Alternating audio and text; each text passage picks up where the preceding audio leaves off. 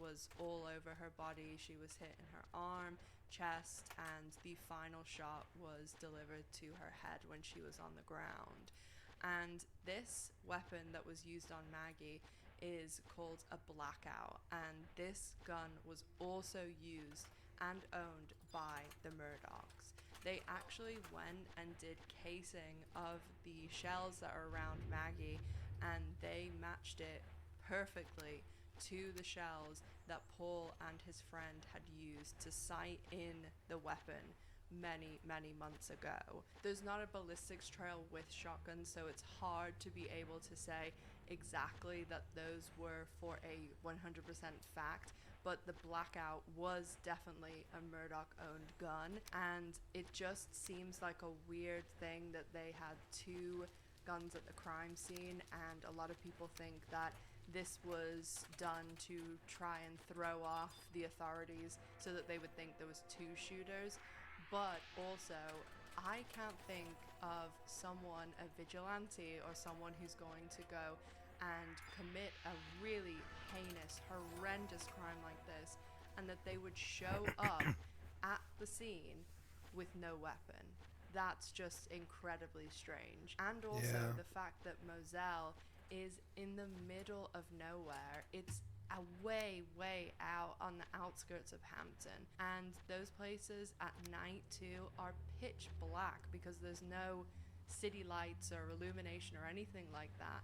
And also, someone would have to be incredibly in tune with what the family's sort of whereabouts were, because it was very rare for Alec, Maggie, and Paul to all be staying at Moselle. We've heard throughout the trial Maggie very rarely stayed at Moselle now. So it just, all those things that I've discussed factored together, it just would be horrendously bad luck that the 20 minutes that you go and visit your mother, someone shows up with no weapons at your house in the middle of nowhere and is able to quickly take the life of your son and wife when you only left the scene moments ago, that you changed your clothes 3 times that day and the clothes disappeared. And there's just so many other things that I discussed, like that moment that you were hustling in the day is the one window of time where you would have to be picking up the pace because you've just committed this crime. There's also so many other things, like there was evidence Your skill that has although increased. Alec didn't stay at Moselle that night, that somebody had taken a shower. There was water on the scene, so people were saying he could have washed, you know, everything down or cleaned himself up. There just seems Your to skill be has a increased. ton of evidence that there was only one person capable of committing this crime. And that's why on March 2nd, 2023, Alec Murdoch was found guilty Your of skill has murdering increased. his wife Maggie and his son Paul. One day later, on March 3rd, Alec was sentenced to 2 life sentences to run consecutively. Mr. Murdoch, I sentence you to the State Department of Corrections on each of the murder indictments. In the murder of your wife, Maggie Murdoch, I sentence you for a term for the rest of your natural life. For the murder of Paul Murdoch, whom you probably love so much, I sentence you to prison for murdering him for the rest of your natural life. Those sentences will run consecutive.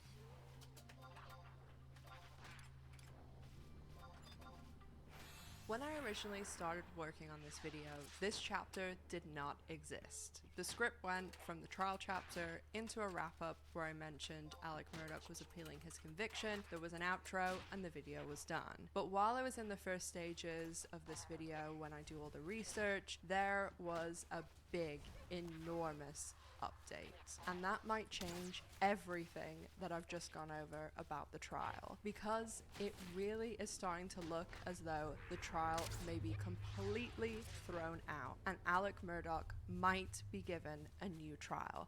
And I don't mean a 1 in a million Hail Mary chance through an appeal. I mean, it is looking incredibly likely. About About a week ago, the beginning of September, Alec Murdaugh's lawyers Dick Harpootlian and Jim Griffiths held a press conference to levy some accusations at the clerk of the court, Becky Hill. According to 3 affidavits written by jury members, Becky Hill abused her position as clerk of the court and tampered with the jury multiple times. The accusations are plentiful, according to Alec Murdaugh's lawyers and the other jury members. Becky Hill allegedly had multiple private conversations with the jury foreperson, and it was also alleged that Hill told the jury not to be fooled by Alec Murdaugh on the stand, and that they should be easily able to see that he was lying and that they should look at his body language. There was also other accusations that apparently Hill got a juror thrown off the case on the very last day of trial when they were about to deliberate. This juror was leaning towards a not guilty verdict, and Becky Hill allegedly made up a story that the juror's ex-husband wrote on social media that the juror was discussing the trial. To anyone who followed the case, this woman was dubbed the egg juror. No one, including Becky Hill, when asked, has ever been able to find this post again, even going into the ex-husband's Facebook backend, and they couldn't find it in there either. The juror was removed from the case on the last day of deliberation. The juror's ex-husband was also spoken to, and he stated he had not spoken to his ex-wife in over a decade. There was also another accusation when it came to this juror, that allegedly when she was delivering a fridge to some tenants, that she discussed the case then too. These tenants, after being woken up in the middle of the night, brought in for questioning, woken up again, brought in for more questioning, they said that she never spoke about the case. Literally the day before I'm recording this, there was a hearing to talk about the date that they're going to hold the trial for Alec's financial crimes. At this hearing, Dick Harpootlian, Alec's lawyer, stated that there was a jury member that told another jury member that they desperately wanted to be on the Murdaugh trial because it was going to be so big and have so much publicity. There have been many more accusations regarding jury tampering, and if even one of these scores and scores of allegations are true, Alec Murdaugh will receive a retrial. Regardless if Murdaugh gets a retrial for the murder charges, he will return to court this year. It was just decided, as I said the day before that I'm recording this, that the financial crimes will be tried on November 21st. Alec Murdaugh did admit to all of these financial crimes, but the state still wishes to pursue a case against him rather than letting him plead guilty and make a deal. This is done because the state wants to make an example of Murdaugh, someone who has violated the law.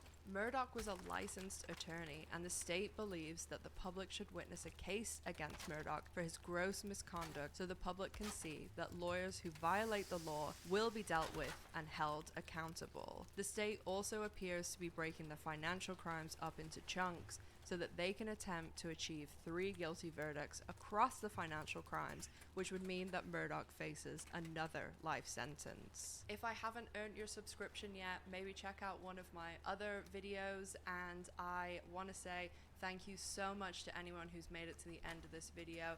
Please leave MVP down in the comment section so I can thank you. I have my own little MVP here. I'll insert a little clip. She's been sitting here, my little cat, Miss Gloria, has been sitting listening to the entire video, which she normally does. It's so cute. And I just really, again, want to reiterate, thank you so much to everyone who's been watching this channel. I did put MVP, I did. This was a really good video, yeah. I like her. She's got it. Let's see what else she did. Here's one about Elizabeth Holmes, and I didn't know much about that. I don't know that much about that. Oh yeah, the Allison Mack thing. I want to know. Oh, I want to know more about Allison Mack. Yeah, everything. Oh wow, yeah, Ace family, huh? Oh yeah. So my ex is in love with the Ace family, and she was like, "We should be Ace family," and I was like, "I agree." Family used to rake in tens of millions of dollars from Yeah, she used to make me watch a lot of Ace Family. They're interesting. hundreds of millions of views. But now they can't convince more than 5% of their audience to watch one of their videos, and they've been bleeding subscribers That and sucks. haven't had growth in over I like 2 the Ace years. family, and I don't wish today them we're going to be to be discussing how the canceled. Ace family went from having it Well, all, maybe I do. selling out the Staples Center, and being the most successful family channel on YouTube, to some of the most disliked and infamous people on the entire platform. We're going to break down how Austin and Catherine McBroom were infected by the need for clout and the desire to flash their wealth, and how this ultimately brought down the Ace family facade. The McBrooms chose to exploit their own young children and young fans for their own selfish.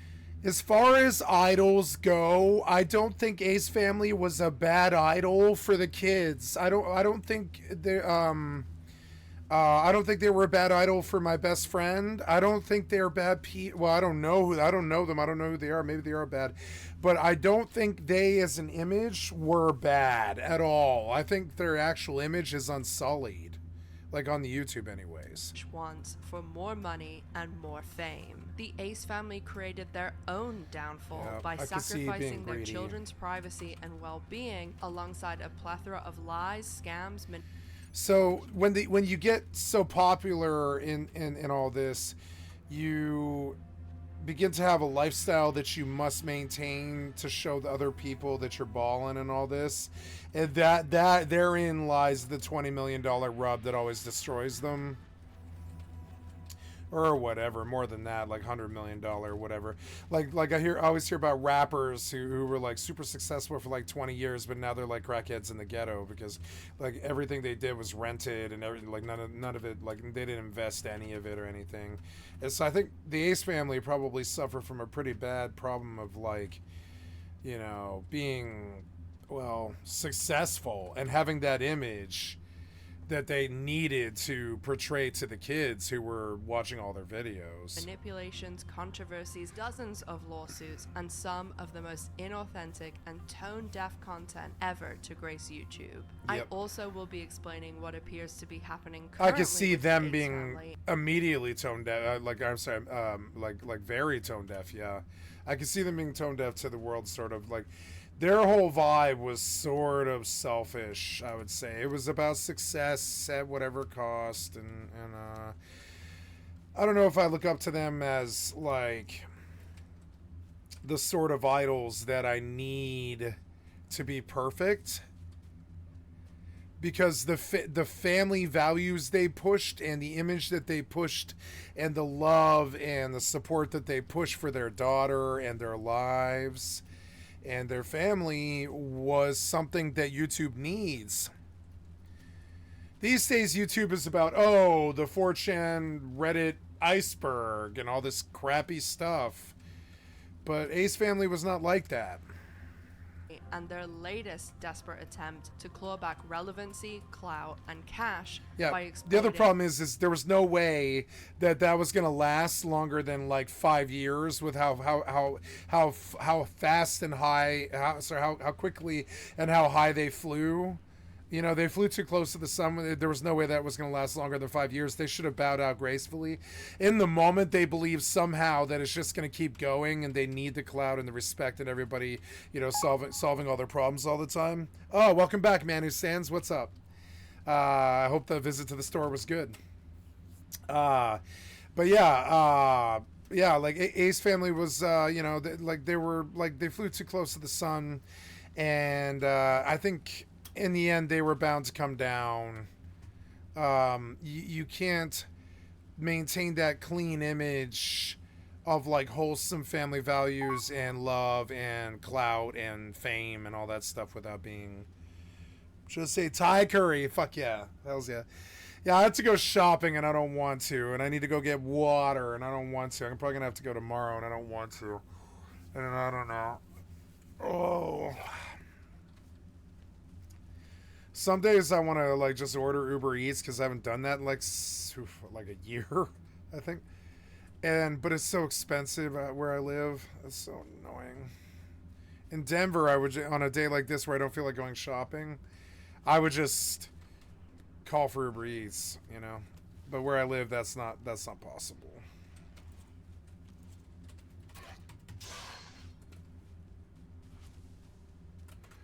Oh, gonna run the video now. Oops, didn't mean to pause it. Damn it, can't see my mouse. I can't see my mouse. Cannot see my mouse. I need to be able to see my mouse to do things. Once again their young fans, and why this Stupid current ass plan Windows seems to be the most egregious thing they've ever done. So sit back, relax, Oh yeah. and let's dive in. So did I. I worked for Uber. I ate Uber Eats every day. I was subbed to Uber Prime. We'd eat at least once or twice a day. We blow our money on Uber Eats. We would lie about Uber Eats. We would say the food was cold. We would say the food was old or slow, the wrong order, vegan, non-vegan, vegetarian, non-vegetarian, wrong meat, wrong sides, wrong dessert, whatever. And yeah, we spent thousands of dollars there. And they loved us, and my best friend had like their number on speed dial, and would call them all the time, and we get like as much, orders refunded as we could like order, As some days you order the legitimate meals, and some days you're getting a refund and stuff, Yep, the cold food and all this stuff. Yep. Oh yeah. That was the day. Those were the days.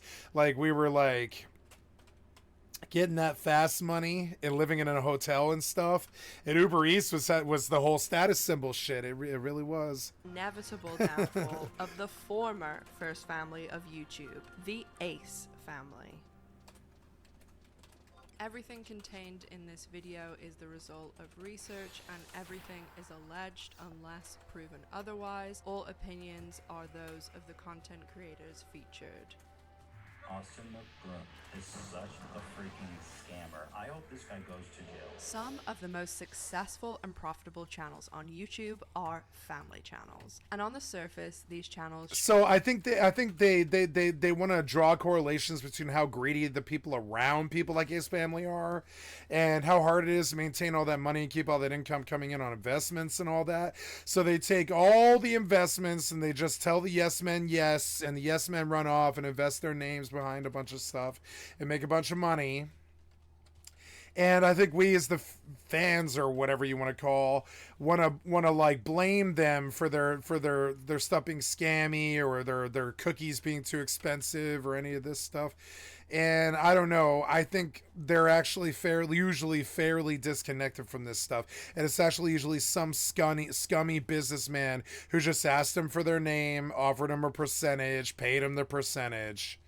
I think that's how this goes. And so we want to cancel and the things that we love. Can't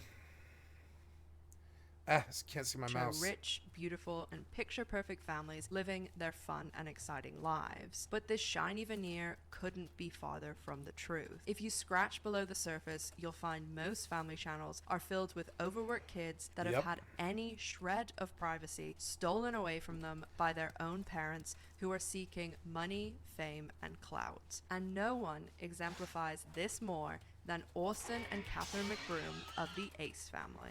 Well, yeah, they went after them but see, the difference is, okay, so like, I dated a young woman in the last 5 years, and she was young. She was 22 when I dated her. Or, I'm sorry, yeah, 21. And she like 24 now, I think. And she was an impressionable youth. And while I'm not dating someone half my age, I did that, and I was in love with her, and I still am in love with her. It's stupid. And the reality was, Ace family, despite them exploiting their son and daughter for clout and money and hits, I still think that the family image and showing the young women what being successful and having a happy family and beautiful children and living in a beautiful home with beautiful things, I think this was a good image, despite the exploiting nature of using their kids to draw people in, especially the women. I think this is what the women want, though. I think this is what the women want. I think this is what they want to see. And I think we're oft inclined to crucify these people for just giving us what we want. Like we crucify drug dealers for giving us what we want, but we buy the drugs. We crucify prostitutes for selling us what we want, but I mean we buy the product. The women want to see their kids. The women know the names of the celebrities' kids. And this is what the women want. So they give into it and they supply it and they're crucified for it. But it's weird because, there's obviously a market for it. This is what people want. And this is what's wrong with canceling, some of these people, because like honestly they were just doing what people want. Like they want to cancel XQC for just doing providing React content over other people's content essentially. But honestly, if he did not provide that to the fucking 40,000 kids on his TikTok or whatever the fuck every single day, they would riot his ass. That is what they want. And so I'm a little bit sick of the hypocritical nature of the cancel culture bullshit where, we buy this stuff. The women want to see the Ace family's kids. The women want to see the kids playing at the basketball game. This is what the Ace family sold them. This is what the people want. It's not like it's not like now, sure, they probably went at it thinking oh, the kids will sell, the kids being on camera will sell. They knew it. They're not dumb, but there is a market for that. Look at Stranger Things and how well that did when we watched a generation of kids grow up or whatever, or I don't know, Family Ties or whatever the fuck, or first time we ever saw Michael J. Fox or whatever in whatever those shows are called. I forget. Anyone who watches porn content but is against escorts is a hypocrite, IMO. Yeah, I know. There's all this judgment from the, I don't want to say the right wing, but I think that's where it sort of falls a little bit, about prostitution and whoring and all this. But you're the customers. You watch the porn, you buy the women though. It's often married men in Christian marriages. It's weird. It's weird. It's very weird. I've never frequented a prostitute. I've never needed to, but fucking, I have been offered a lot, and I gotta say I've been tempted, but it's like Jesus Christ, I've never needed that, but I think these weird, lonely people who lock themselves into marriages that they can't stand for 50 years, and they have no place to go, and they need sex and affection from somebody, and they go and they purchase, but I think those are the people most likely to condemn prostitutes, yeah. And it's and I'm sorry, I'm gonna allow these gonna sex-based terms, gonna allow these. Sorry, I forgot there's an allow command. There we go. Add permitted term XXX, yeah. And I had a permitted term porn. There we go. I'm sorry, I didn't know how the system works here. Ad break in progress. Ad break, there we go. Ad break, your community is back. I typed them again because it auto blocked me. Yeah, I know. I'm sorry. I'll do better about that. But yeah. I already. Yeah, I mean, I have a businessman's frame of mind about the censorship. It's for business reasons. I don't like it, but it's for business fucking reasons. This is a kid's platform, and I must protect them. And I cannot be held liable for the weird, crazy, fucked up internet shit that I talk about, So I try to be careful with the censorship because, kids could be here. Well, Ace family, ready? Okay. Well, Ace family today was a success. No. Good thing I don't have to know. I'm gonna say it. Good thing I don't have to be on camera today. Okay. God. Okay. My hair looks fucked up. I want to film like this. So just go. Okay. Before we discuss the downfall of the Ace family and Yeah, the current pivot they appear to be making, And so I wanted to notice discuss that, why family channels are so oh my god, I problematic to can't see begin my with. The fucking biggest mouse. issue It's most so people appear to have annoying. Fucking Windows. So notice that they immediately the crowd and the people immediately point out a foible from a public a public family of him yelling at his wife and kids. But that now why I don't think this should be a normal thing. I think it is a human thing, and I think everybody does it. I think everybody has their bad day, but the difference is most people don't get their bad days televised, and I'm sympathetic to stuff like that a little bit. I think it's hard to be in the public's eye all the fucking time and be so stressed out because you're an entertainer on top of trying to be a family person, on top of trying to be an idol, on top of being all these fucking things. Like, this is one of the reasons why I always respected Marshall Mathers a lot. I don't really like Marshall Mathers that much, but I like Slim Shady. But I did like Marshall Mathers to a degree because he was like kind of like, I will not be your idol. I don't want to be your idol. He never wanted to be anybody's idol. And I definitely share that with him. I never want to be anybody's idol. I'm not a good idol. And so these people, they have one bad moment where he yells at his wife or his kids or something out of 5 years of just smiling and positivity on camera and all this stuff because they're performers. And we point out the foibles and we pick at it and the cracks begin to show and they begin to look more like less sympathetic and more like humans, and we don't like that. We don't like that. We don't like it when they look human, you know? And so it's a double standard, though, a little bit.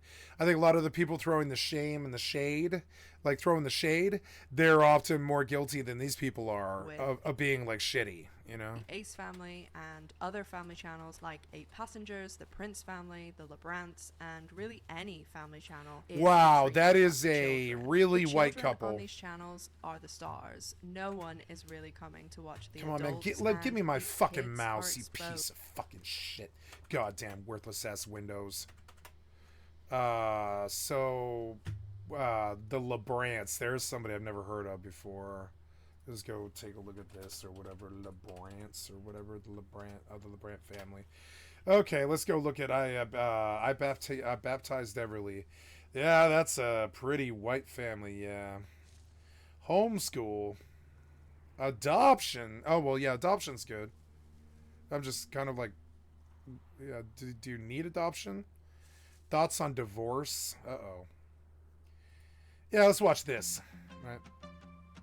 Backyard tour Sunday. So we're gonna do 30 seconds of each one of these segments. Food review. So here's them in the car. She is fucking beautiful, and I'm sure he is too. If you're into such things. And I really want to go there. Suppose it's the biggest gas station in the world. Yeah. And we're pulling up to it right now. So here we go. Guys, there's literally They're positive. to get into this gas Wait. station. Alright guys, we're filling up gas here in Alabama. And again, haven't been to Alabama in a long time. And you just kind of forget how cheap things can be whenever you leave California. Yeah. Positive and happy. So In love, beautiful. this thing. Do you see the image that they must sell? It's wholesome, good, middle-class living, maybe upwardly mobile middle-class living with love, life, and family for the kids. Showing kids being raised by positive families who actually have jobs and aren't, on crack or in the jail or, or any of that shit, and this stuff sells and it should sell. But I think it creates this terrible vacuum where the image that is needed to sell this kind of bullshit costs so much that they end up overcompensating and trying to make more money than they should. Single day. This is so much fun. This is from Rough House. Look how much just this playset must cost. I mean, what does that playset cost? It's going to be $3,000. Just the playset in their backyard is $3,000. If you guys are interested. Now, it doesn't look like it's a rich person's, Viva La Bam's sort of, nouveau riche execution of a home. Check it out. I'll link it down. It looks more like somebody in somebody in the South trying to look classy. The kids play on this thing. It's got a vibe of good example of this would be Duck Dynasty. And while I really disliked how much I loved Duck Dynasty, I fucking love Duck Dynasty because that family shit, I go a big fucking soft one for that one. Big rubbery, I love the family shit, melts my heart. And Duck Dynasty was steeped in it, despite all of its obvious issues, like the lack of a black person, I'm sorry, but so Not right now because it's literally this stuff, it needs to be sold, but also it comes at a cost. Now here comes the exploitation of their children next, and you're going to see this on every single video. But honestly, this image right here, it is not the worst thing. It is not there's a reason why they do this. And honestly, I don't think it is as bad as the cancel culture would say it is. Or if they go looking for cracks, they point out something about is something stalking me? Yeah, something's stalking me. Yeah. So like this, this image. try your best to have fun. Baby Sunday, right? It sells, and it should sell. This video got 726,000 views. You know what I'm saying? But like and in the exploitation, I could see why people would have an issue with them about it. And I don't really think the kids should be on the channel very much, and they're obviously controlling it as much as possible. But this I don't see cancelable offenses here, or either here or even in the Ace family. And honestly, what these people do with their money is not the public's business either. I do believe in privacy, and if they should make some shitty investments in Raid Shadow Legends PR on their channel or whatever the fuck, I'm not one to really judge them about that, as long as those products aren't directly ripping somebody off. And even then, I'm gonna go look at the distributors, not the fucking, like, honestly, I don't blame, what's a good example? Oh God, when celebrities became really famous commercials, right? I don't know what, like famous people in commercials. I can't think of one right now. Famous example of it. But okay, I don't mind. Well, I mind now because he's a rapist, but like, or whatever, like whatever the conviction was, I don't know. But like, okay, I didn't mind Bill Cosby selling Pepsi to kids. Now it's exploitive. He sold pudding and Pepsi, as I remember, to kids, and so did Ray. Blind Ray, I can't think of his last name. Georgia. Can't think of his name. Georgia on my mind. Whatever. Stevie Wonder sold Pepsi. I don't think that's bad.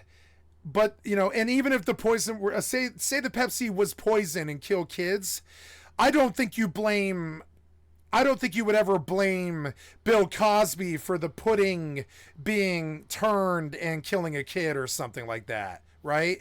That's not going to be Bill Cosby's fucking fault. And we want to cancel actors and PR people for representing an image on a product when the product itself is probably the one at fault. And I'm not trying to defend these streamers or whatever. Of course, I'm a streamer. It looks like I'm trying to defend my own. But I do see like fault lying here with people that I'm not so sure belongs there. So while we're on the subject, I've never heard of the LeBrant family, but they're obviously like really fucking popular. They have 13 million subscribers. Thank you for the excellent content for my stream. I'd like to sub to your channel. Thoughts on divorce or whatever. But let's hear what they have. Incidentally, here's where they use their clout to sway whatever their constituency is, which I do think is where the danger is. We don't go after them for that stuff. We go after them for trying to sell some product that's shady or scammy or something like that, or exploiting their kids, which I think is kind of a valid point, but not really. I think the kids being on camera is what the kids want. I think the kids being on camera is what the public wants. I think that's what everybody wants. It kind of sucks, but people want to see happy, wholesome, healthy families. I believe they do. From Kaya. Yeah.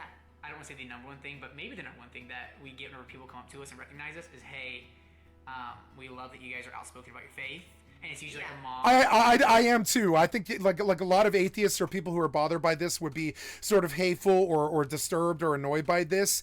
But honestly, I think it's kind of good that a wholesome family might be talking about spirituality on a YouTube stream where most of those kids are probably fresh off a video about the 4chan iceberg. The internet is a dark, dark place. So, you know, I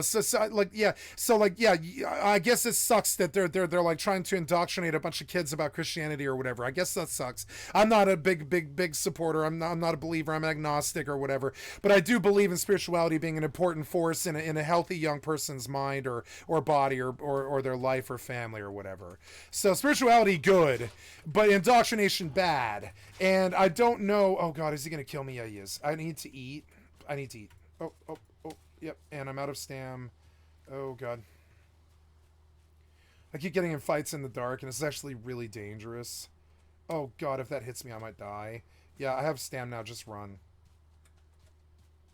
Yeah, I keep coming out here. I really shouldn't do that. Now I have aggro that I've actually got to deal with. Get out of it. She locks up way too much.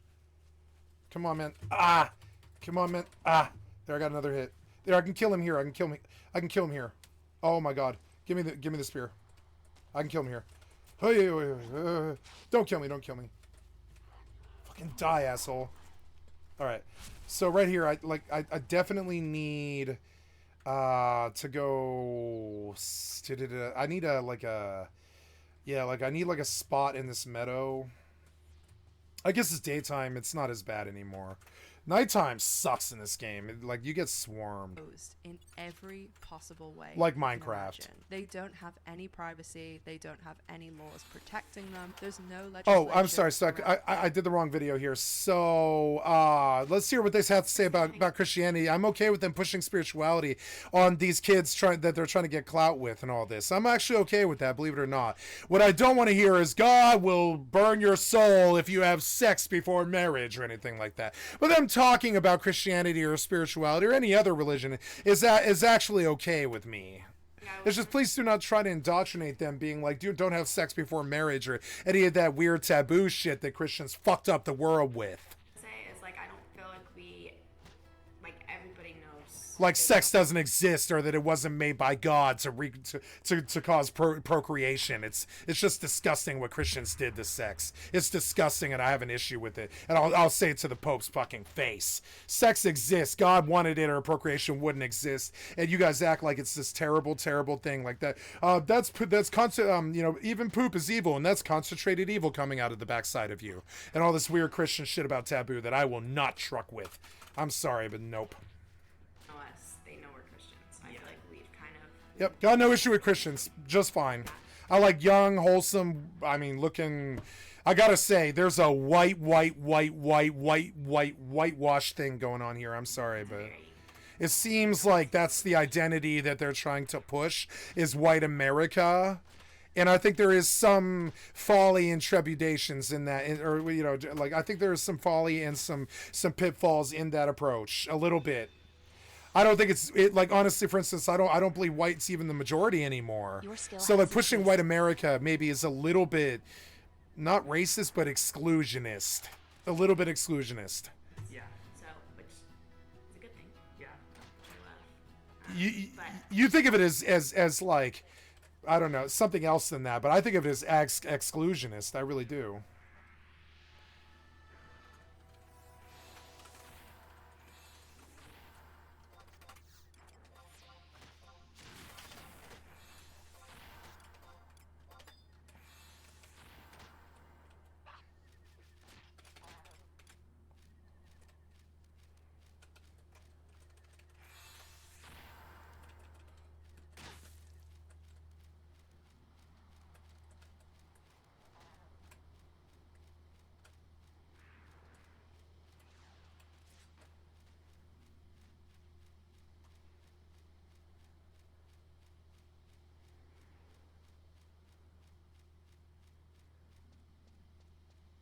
He's chasing me.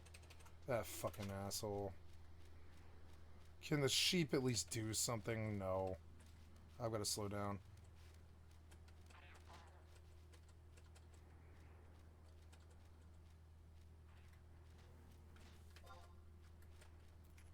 Gotta be able to see him. There, did you kill him? You killed him. Go sheep! Yeah! Go sheep! Good sheep. Yeah, look. Oh, it's a good sheep. Oh, it's a good sheep. Yeah, good. Oh, I'm gonna pet you. Good sheep. He was a terrible, terrible evil weapon, but you got him in the end. 50 health, came down to the fucking line. The fucking cops and the feds were there outside with the guns at the fucking door. I was staring down the barrel of a 50 health bar, like, you know, and it's flashing bright red. And I'm like, shit. The fucking evil weapon's gonna win this one, isn't he? And I ran for my life. And you, being a good sheep, did him in for me. And I love you, good sheep. Thank you. Here's to the good sheep of the world. Also, we're not perfect, and I'm sorry that it was a bad metaphor, and I went for it, and it was a bad one. I'm sorry. we should be doing it more.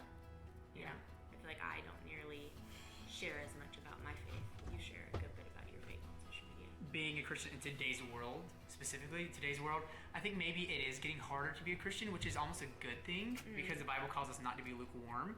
So I think that maybe... Where does the Bible say not to those be teachers to lukewarm? like, hey, everyone's a Christian. Hey, yeah, I believe in God. Sure, I'm Christian. You know, I mean, I feel like everyone threw that term around lightly. Where now it's almost like a little more serious. Yeah. Like, if Lukewarm can be good. Lukewarm water is pretty good for probably bathing babies and stuff like that. Lukewarm milk can be okay. Maybe you don't want hot milk. Maybe you don't want cold milk. Like, lukewarm is okay. The temperature of piss is like lukewarm or whatever. If it was hot, it would suck, you know? And so, you know, at what point did God ever say lukewarm is bad or whatever? you're a Christian, then like walk the walk, talk the talk. Yeah. Like that's what you believe, you know? Don't be afraid to offend other people. Yeah. Because of it. Yeah, and not like that's like your intentions, but like I am sticking to like what the Bible says, and like that is, you know, it's the Bible is either 100% truth or 100% not true. You know, there's not like it's not like Jesus is like kind of God. He's either fully God or he's fully not. So like you just got to find what you believe. And for us and our family, that's what we believe, and that's how we are going to raise our kids. And in fact, most people watching that know that, and at this point support that. And if you don't, that's okay too. You know, we're not saying like that's what you have to believe. That's what we believe. And that's what we will raise our kids to hopefully believe. Tangent here, getting way too long. But we believe that Jesus is like the only answer. That Jesus is the only way to heaven, because that's what the Bible says. That's what Jesus said. So if we didn't raise our kids to believe that, then either we didn't believe it ourselves. White America! It's white America! I can hear Slim Shady. I can hear Slim Shady yelling in the background. It's white America!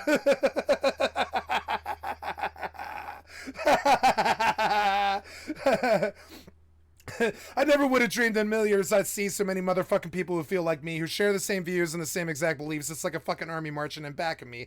So many lives untouched, so many are anger aimed in no particular direction, just sprays and sprays. It's straight through your radio waves, it plays and plays till it stays stuck in your head for days and days. Who would have thought standing in this mirror, bleaching in my hair, with some peroxide, reaching for a t-shirt to wear, that I would catapult to the forefront of rap like this? How could I predict my words would have an impact like this? I must have struck a chord with somebody up in the office, because Congress keeps telling me I ain't causing nothing but problems. And now they're saying I'm in trouble with the government. I'm loving it. I've shoveled shit all my life, and now I'm dumping it on white America. I could be one of your kids. White America. Little Eric looks just like this. White America. I'm sorry. So what did Manu San say? The more you know, the less you know. If you don't doubt the words of man handed down for generations, then you've never played the telephone game as a kid where you pass a message from ear to ear around a circle. Oh, and I missed the, not posted, it expired. I'm sorry, for swearing. Yet, booty. Wow. The word booty is, no, I want the word booty in my censorship. I'm sorry. Yep. So Manu San said, no, it would be Bill Cosby's fault when the pudding makes you sleep and you wake up with a sore booty. Yes, it would. Yeah. I like that joke. That's actually pretty good. Yeah. Also shady when it was a piece of Dre's booty. Yes. Love our kids so much and love you guys. That's what we're going to tell you that we believe. Yeah. Yeah. So, yeah. That was question number 1. All right. Cancel culture. Courtney, Kateway? Just like talk about it. Yeah, I don't know. It was kind of like, I just screenshotted it, you know? Yeah. I think it's so like, awful. first thing that comes to your abusive marriage, so like, Totally. like, not get out. So I think surround yourself with a good community and take care of yourself, protect yourself. But I think in a perfect world, you fall in love with somebody who loves you tremendously. Okay, it was a good crash course. Shout out to LeBrat family or whatever the fuck. That was great. Good shit. Good shit. I'm not a hater. Go right ahead. White America. I do believe I gave them the credit they were due. Tremendously. No. Oh yeah, I did. So I've liked and subbed to your channel. Thank you so much. Yeah, let's get back to this. When and how much these kids are working, they are more than likely being exposed to people who do not have their best interests at heart, and they are also being exposed to harmful predators, as anyone is free to watch these family vlogs. These kids are also earning their families hundreds of thousands and sometimes millions of dollars, but these kids may never see any of the revenue that they're generating. Oh, they don't get fed or have a place to sleep at night or, college tuition or a car when they're 16 or any of that. No, the kids don't see any of that money. The $2 million it takes to raise a kid, the kids never see any of that money before they're 18. No, they should the kids just never get anything at all. They don't see any of that money somehow. Like kids are cheap or free or something, and that you can just have one for 18 years and it doesn't cost you any money. And so yeah, like the kids don't see that money. Yeah, the kids see the money. Yeah, Macaulay Culkin, yeah, he got ripped off pretty fucking bad, but he still saw the money. Kids are earning remain completely so did Kieran. Unprotected, and the children are not entitled to any of the earnings themselves. He didn't starve. He always had a shelter. He always lived in a mansion. Always had servants and money and drugs. Have to adhere to, like providing on-set tutoring, breaks, a certain amount of hours between the end of one day and the start of another, and dude saw the magic dragon. Most important of all. Yeah, the more I know. Okay, to quote Operation Ivy, which is a punk band, all I know is that I don't know. All I know is that I don't know nothing. All I know is that I don't know. All I know is that I don't know nothing. Yep, and that's a really okay. Like, there's two things that my best friend taught me that really stuck with me. First was like seek bliss. It like, the meaning of life to him was like seek bliss, whatever that means to you, was the first one. And then the second one was all I know is that I don't know. The world is so vast and we're just a tiny speck of insignificant space dust flying through the universe on a insignificant speck of space dust, and we don't even matter in the large scheme of things when it comes to stars and supernovas and all this stuff. And so all I know is that I don't know, and I'm not trying to say I'm ignorant or dumb or that I don't have knowledge or intelligence or any of that. I'm saying that, like, it's the wise man says we'll see. He doesn't try to give you the answer. He says we'll see, because time makes fools of us all. This used to be a sandwich, but time makes fools of us all. Let's see now.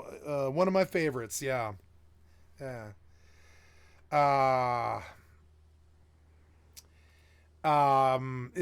Zen Master story, right? From Charlie Wilson's War. Yeah.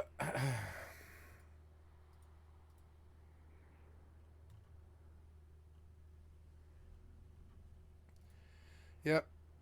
An old cautionary tale, right? On his 16th birthday, the boy gets there's a fable of a Zen master and a boy. On his 16th birthday, the boy gets a horse as a present. All the people in the village say, "Oh, how wonderful." The Zen master says, "We'll see." One day, the boy is riding, gets thrown off the horse, and hurts his leg. He's no longer able to walk, so all of the villagers say, "How terrible." The Zen master says, "We'll see," right?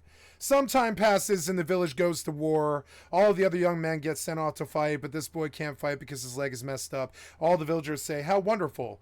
But the Zen master says, "We'll see." And the message behind this story is pretty clear. We're prone to jump to conclusions about whether something is good or bad or whatever. A portion of the child actors in And I don't know if it's so bad if they're pushing religion or pushing their kids or pushing family life. I don't know if that's that bad. How's that different from any of those fucking sitcoms that we used to watch on television, like BoJack used to talk about?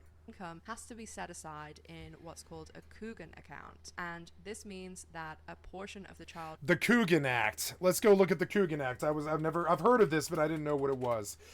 The Coogan Act is the California Child Actors Bill. I've heard of this before. Is a law applicable to child performers designed to safeguard a portion of their earnings for when they reach the age of majority. So they take it away from the parents altogether. So it turns out that a lot of this stuff is actually protected by penal code anyways. actors' income is safe, and that will be set aside, and no one can access that account until the child receives access when they turn 18. Usually it's when they turn 18, but it can be accessed in certain circumstances, like if the child is emancipated from their parents. We'll be discussing a lot of topics throughout this video, as there are massive scandals and scams that Austin and Catherine McBroom have created. I did not know. Okay, I've got to say We'll also this. be peppering in discussions about the ramifications. When I lived with my ex, she taught me a lot about YouTube. She knew that I knew nothing about YouTube, so she like taught me all of her favorite, like, you know, she was definitely a YouTube child, and she came up on YouTube, and she taught me all of this stuff, Ace Family and fucking, you know, all these other people like Shane Dawson and you know, James Charles and all this. And she was a huge fan, like idolized these people, really wanted to be them, watch them every day, watch all their new videos, idolize them, really wanted their lives to be hers and all that. And I gotta say, within 3 months of her showing me all of those people, there was some kind of fucking thing going on with the cancel culture, and all of the people, all of them, that she showed me were all canceled. Shane Dawson, Jeffree Star, James Charles, Ace Family. I can't remember all the others, but there's a bunch. Tati, like all these other ones. There's a few that she showed me that are still around, but a lot of the ones, her favorites, all of her favorites were canceled. And something that keeps coming up in my mind was something that I said to her like 5 months ago or something like that. Or no, longer than that. This was like, I think mid-COVID in like 2021 or something like that. I remember telling her, I was like, don't cancel the things that you love. You might need them. And I feel that way about Ace Family, despite whatever, short of like rape, child molestation, theft, or murder. I don't know if I want to see Ace Family canceled, because I believe Ace Family was actually fairly good for the public.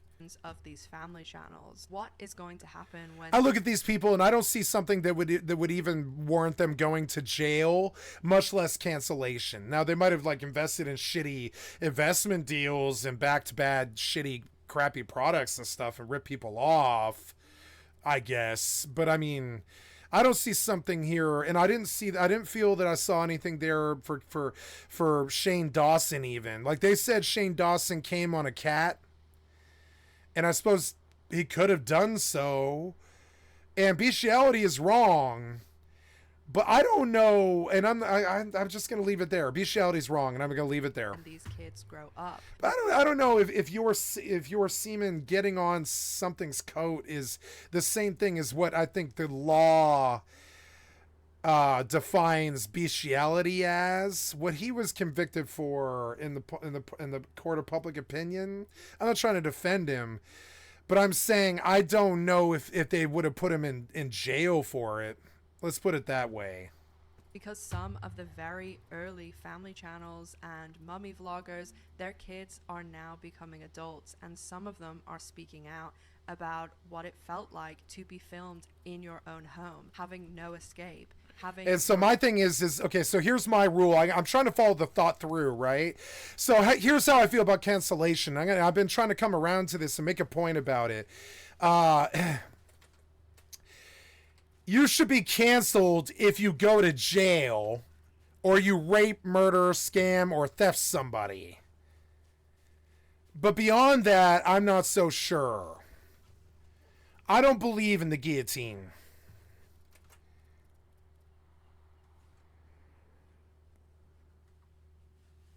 Give me my fucking mouse, you worthless piece of shit. Give me my fucking mouse. You're pissing me off with this. Give me my fucking mouse so I can see it. Best, worst, and most embarrassing moments all over the internet, with hundreds of thousands and sometimes millions of people not only watching those moments but commenting on You them. can In tell some that these cases, people are actually really like valuable to the world. They mean something to like even the basketball crowd.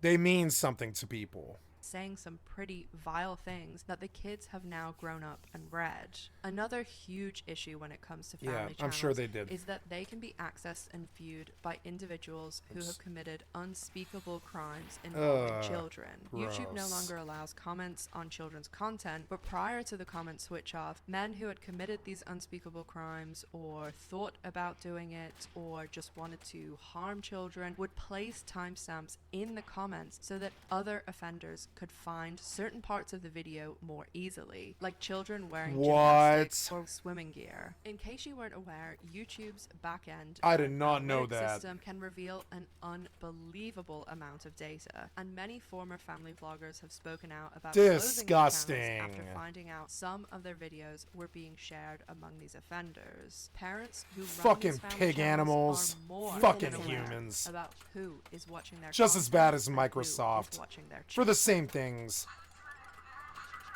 Dude, they're hot.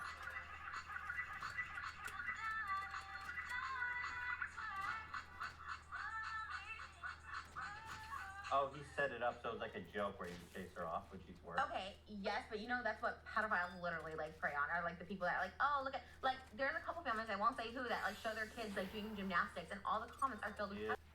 You should say who they are.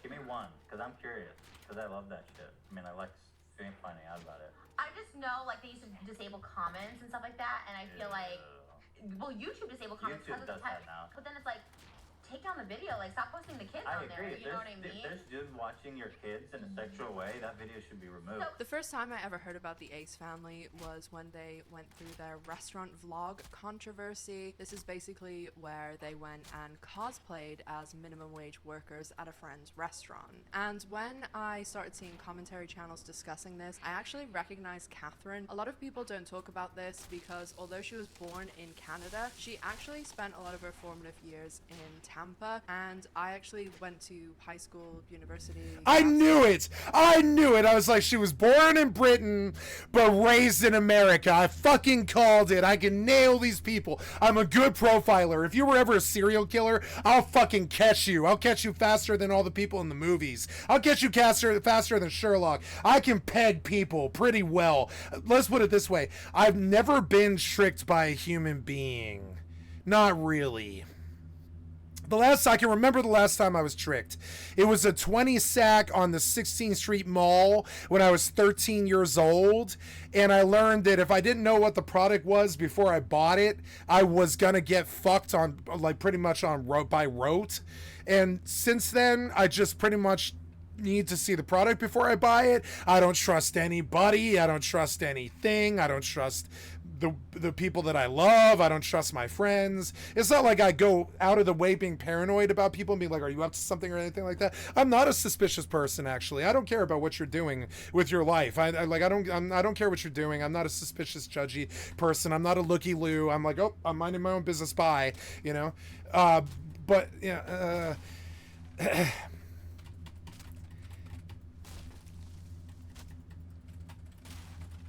I don't know. Like, I feel like I don't know.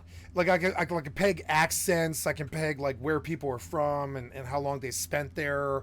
I'm good like that. I should have been a detective, maybe. Like Goran from CI. Goran, I thought, was somebody on the same level as me. You know, it's because Goran was the amalgamation of, like, Goran and Eames were the amalgamation of a bunch of writing, like Sherlock and Holmes and all this other stuff, right? I love Law and Order CI, but, like, honestly, Goran, I thought, was, like, on the same level as me, which was weird. I was like, I would have thought of that, but I'm surprised he did, you know? And it's weird because like people now, where I will say is you could trick me easily because I'm a greater fool and I want to believe in people, but I can see it coming. And when it comes to where they think the fuck move is going to happen, it's not there for them. Because I don't inherently trust anybody. Since I was 7 years old, my father came running across the backyard with a fucking belt in his hand, scared the living shit out of me, and rammed me up against the wheel well of his fucking van and screamed at me like he was gonna beat me into a bloody pulp and shit. And I had my back turned when he did this, and ever since then, I just don't trust anyone. I don't trust anyone. If my own father could treat me like that, you know what I'm saying? Like I don't trust anyone. So like yeah, like I feel like I'd be a pretty good pretty good at sussing out like people's crimes. I think like fairly well.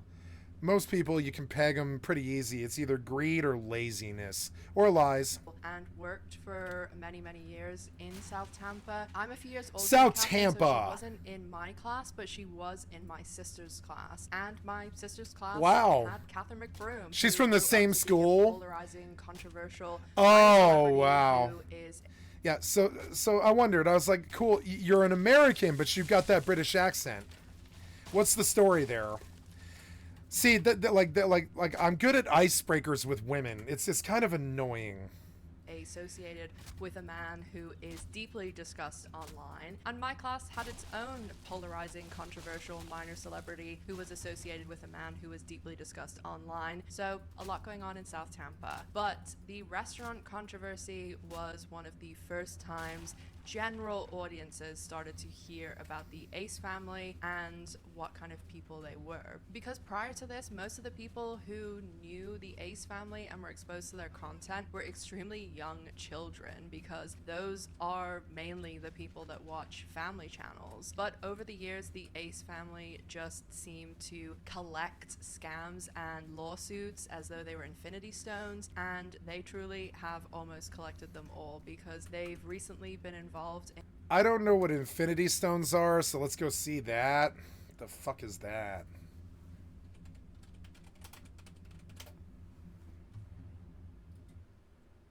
Oh, it's a Marvel fucking reference? Come on. Over a dozen lawsuits. Grow up. They have been accused of so many shady things. But with this restaurant vlog, people really got to see who the Ace family were, and they didn't like it. There was a lot of discussion about their behavior, because they were just behaving in an awful manner and basically making fun almost of people who had these minimum wage jobs, and they were acting just completely cringy, and it really rubbed people the wrong way. But they have absolutely graduated well beyond cringy, tone-deaf behavior in vlogs, because they currently are accepting sponsorships from gambling companies, which means exposing young, impressionable children to gambling. And they also are getting involved with Kick recently, and I do think there is a gambling aspect to Kick as well, which is why I think that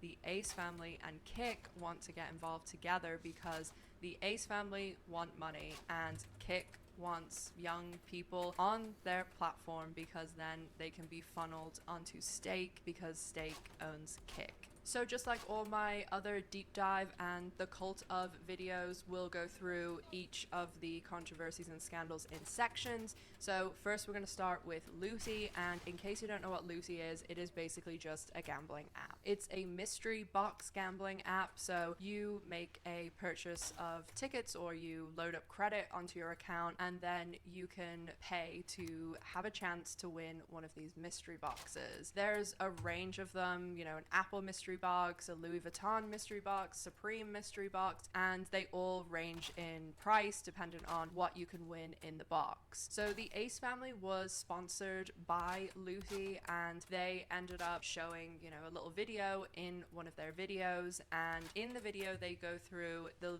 mystery box buying 3 times. The first time they don't win anything, the second time they win a brand new iPhone, and the third thing they win is a place PlayStation 5. In case you haven't seen any of my previous videos, I actually used to work in the gambling industry years and years ago, and I used to design the math and psychology behind slot games. So I know a lot about the gambling industry, and I used to design basically different versions of these games. Everything about I like these her, she's games smart. is completely intentional, and I'll put on the screen so you can see what I'm talking about. But if you see a slot game, for example, that you pull the lever or you digitally pull it and the slots are spinning and you see the last one falling very slowly and it almost looks like you're gonna win, and with this mystery box it's the same thing. It has a horizontal ticker, so it's ticking along and you miss winning that iPhone or Jordans or whatever it is by tiny, like maybe 1 or 2 millimeters. That is all intentional and built into the game psychologically.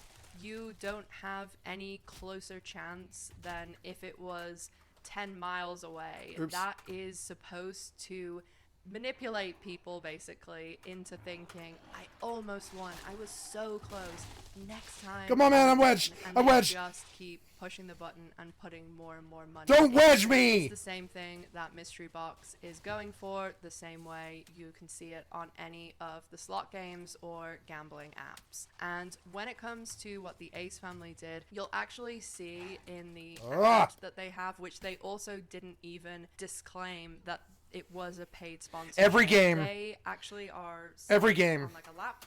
Will wedge you. I can't think EvE Online won't wedge you. All the rest of them will. Every game I fucking play gets you fucking wedged. It drives me fucking crazy. You and your fucking collision boxes are goddamn garbage, and I never would have let my game go to market like that. Never ever. You and your fucking wedging. Fuck your wedging. Fucking wedging all the time. I can't move. These two mobs in this tree on my front and my top right and on my right are somehow a big box around me and I can't move. Yeah, fuck your collision boxes, loser ass fucking developers. Fuck you. Fuck your fucking time wasting bullshit collision box. Fucking horseshit wedging bullshit. Fuck you guys. And you see the mouse moving around the screen, but they aren't, they have their hands basically up like this, and the mouse is moving along. And at the time, a lot of people were saying, oh, it's a recording. And I took 60 damage in a second. Playing. But I would guess, based on Why? my experience, that this was one of the back-end versions where certain triggers are built in for testing purposes. So, for example, if I was like fucking 10 seconds from putting the fucking bed down, but you gotta wedge me to guarantee the kill somehow. The only way you were gonna get that kill was wedging, so that's what you did with your bullshit design.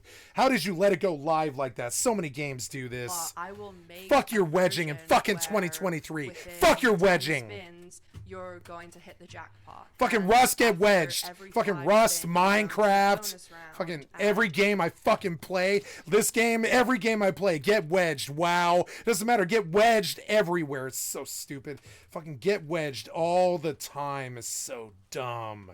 Fucking wedging in fucking video games in 2023. It was really bad in 2014. Here we are fucking 9 years later and it's just as bad as it was 9 years ago because you guys are goddamn junk artists.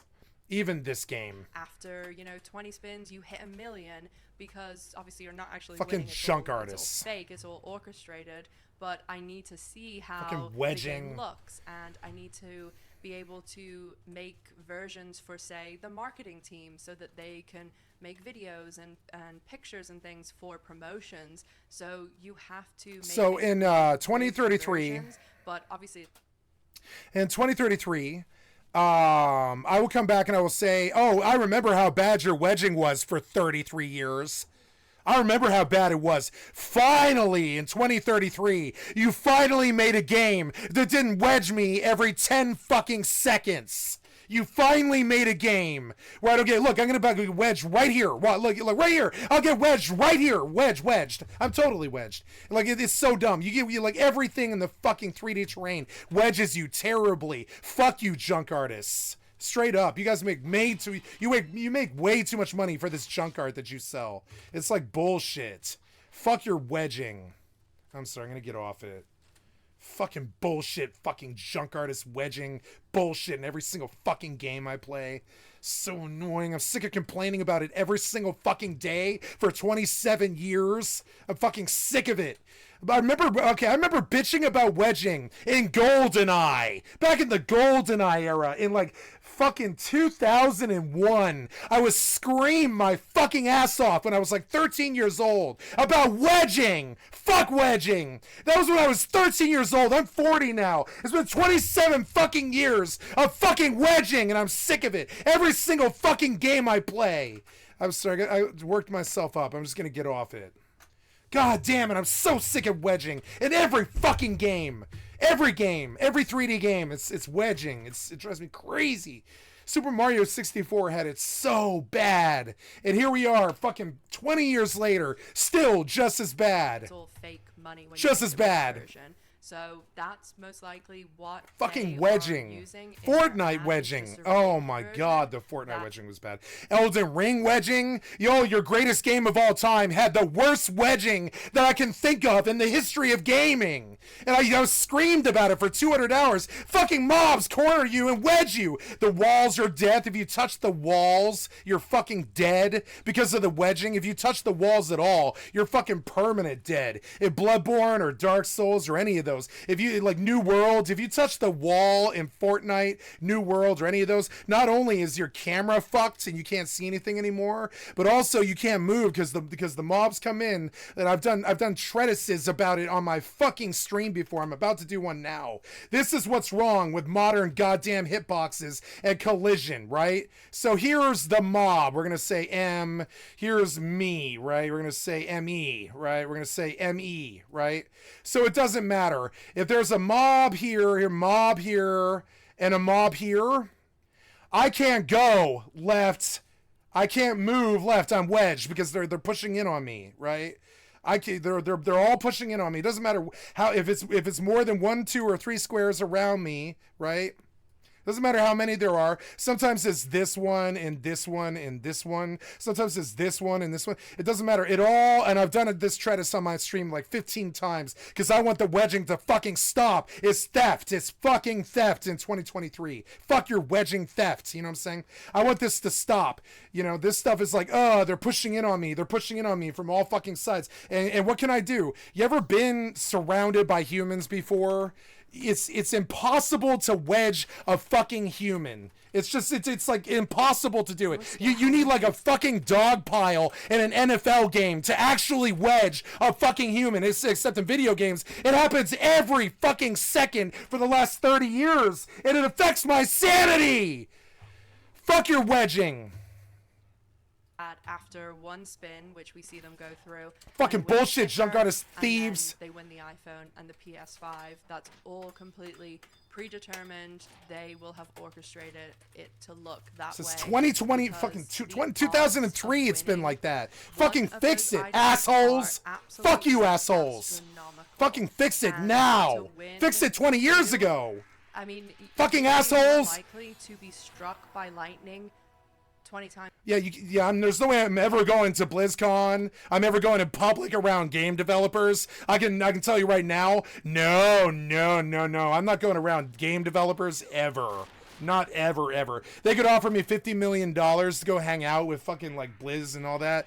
Fuck no. I'm not hanging around fucking developers. I don't like developers. They fuck me so bad in the fucking ass with wedging all the time. Every single fucking game I play. Nope, don't want to be around them. They can just go suck dick and fucking like have a nice life by themselves. Keep those people the fuck away from me. I'm saying fuck game devs. Like Jesus Christ, the bullshit they let go live, I feel like should be prosecuted. To me, half of them are criminals. Like straight up, half of them are like fucking criminals to me. Are you gonna attack this thing and actually get on it or what? Yeah, are you actually gonna do it? Like get on this thing now. Finally. Rage. Did you do it? Rage. Lamb chop. I don't want to die. He'll kill me. Did you do it? Yay, good sheep. Yeah, like, you know, I don't even need to draw the other boxes. It's simple. Here's me. You got 1 or 2 or maybe 3 mobs on my left and diagonal top up or in north or whatever. It doesn't matter. I can't move at that point. Can't go that way. Can't go that way. Can't go that way. Your boxes overlap me and I can't move. And your fucking collision boxes are garbage, junk artist theft in 2023. And I'll say it right to your fucking face in public too. I'm not doing this for clout or fucking respect or, like, you know, because I'm crazy or something. No. I have a serious issue that I would take to a court of law and prosecute you over it. I'm dead serious. You rob kids with this bullshit. Justify to me how wedging should work. Because it's not like this. Times in a row.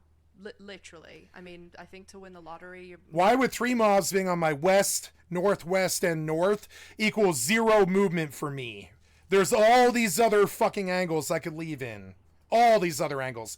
But nope, it's always like, nope, you're wedged in. They wedged you. These 3 boxes have pushed you up against a corner or something like that. And you ever tried to actually stop a human from leaving? No, I haven't. But I mean, like, it's pretty fucking hard. It takes a fucking football team, kind of.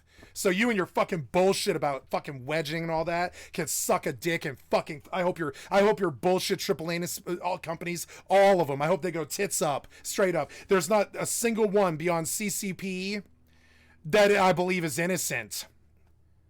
CCP is the only one that's innocent. All the rest of you guys engage in junk art, fuck children, and rip them off on fucking bullshit wedging. More likely to be struck by lightning. Especially Fortnite. In a row. So about 20 times in a row sounds about right for winning 2 in a row, an iPhone and a PS5.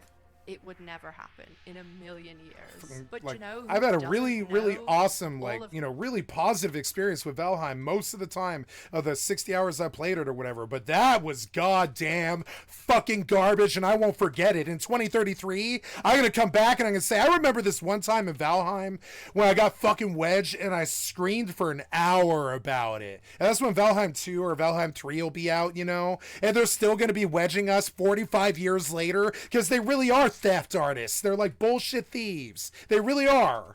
That's like who they are. They ride on 45 years of bad wedging and shit like that. And they don't fucking fix it because nobody's forcing them to. They can just rip us off if they want to. They're thieves.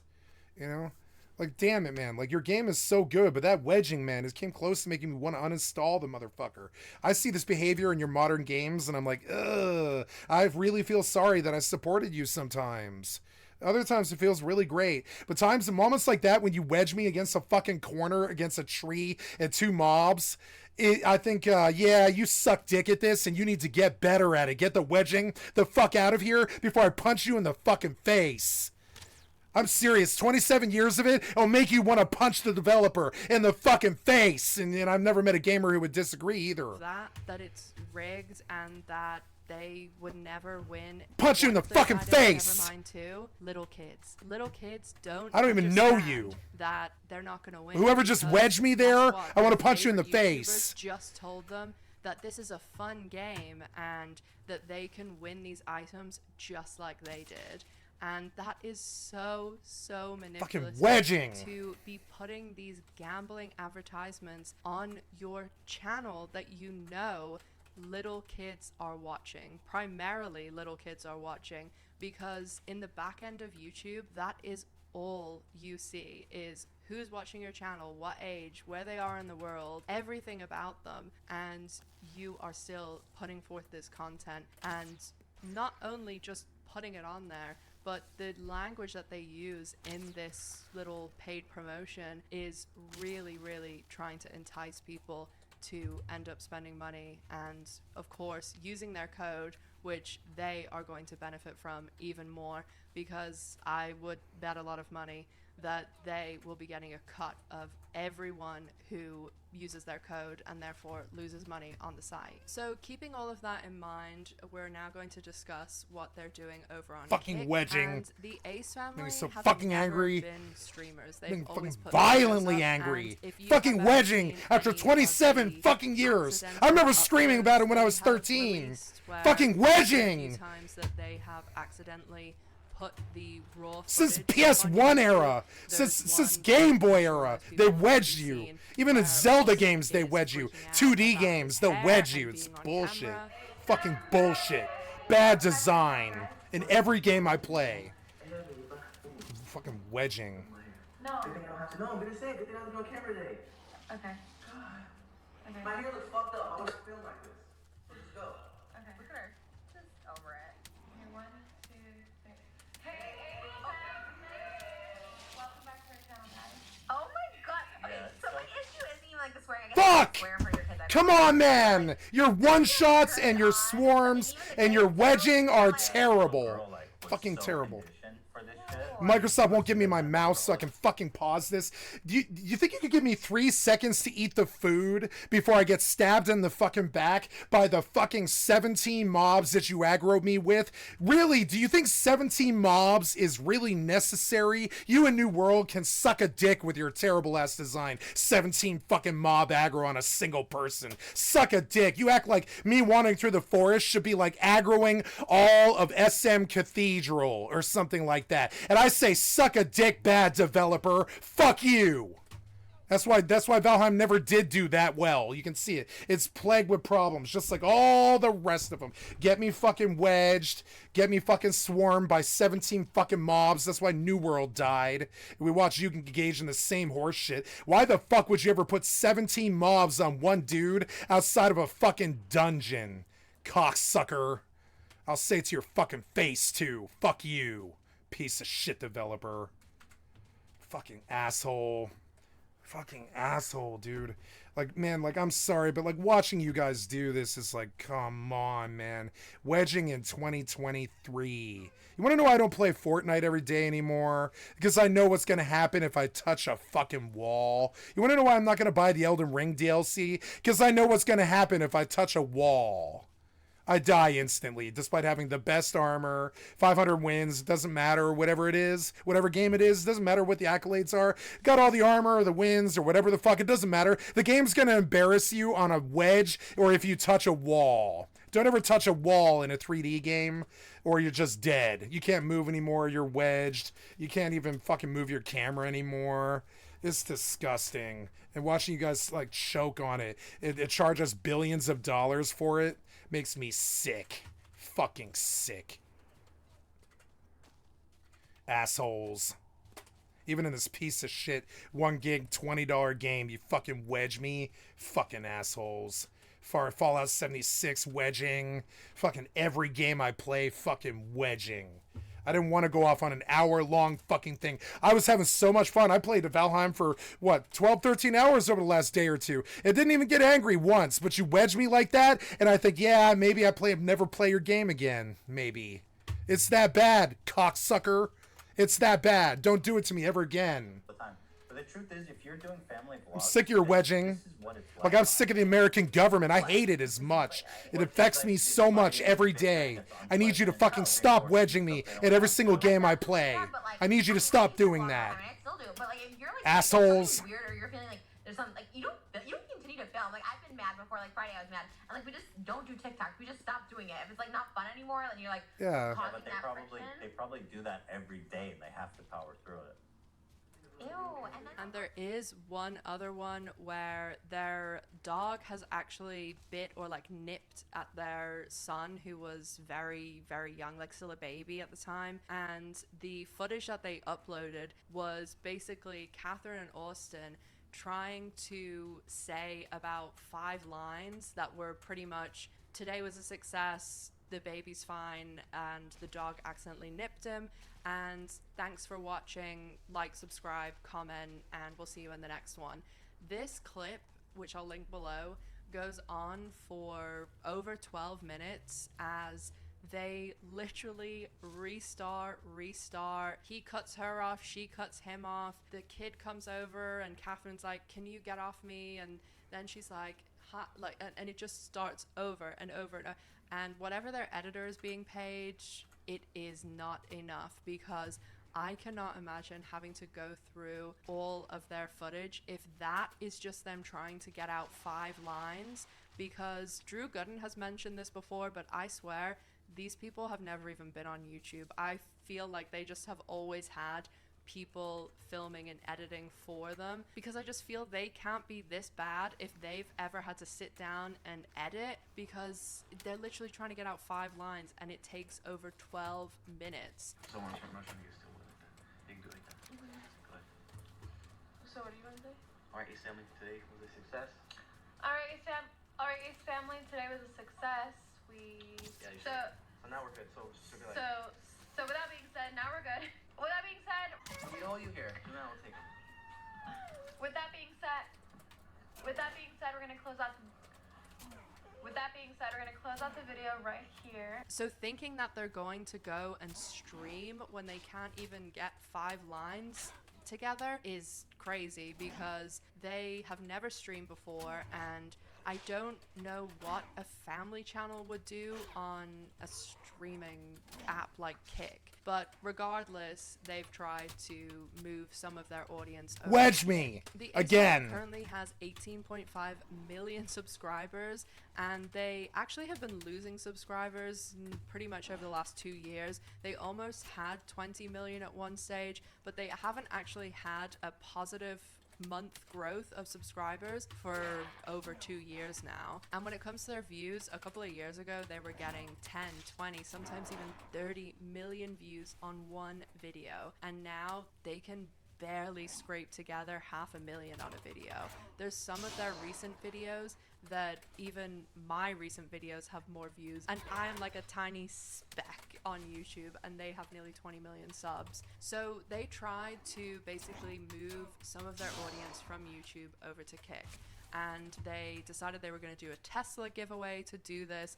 They wrote the rules on Instagram for the giveaway and what people had to do, and it was pretty much go and follow us on Kick. Out of the 18.5 million people who subscribe to them, which, remember, they can barely convince 1 in 20 of them to watch their own YouTube video, they only got 15,000 people to go and follow their Kick, which is not even 1%.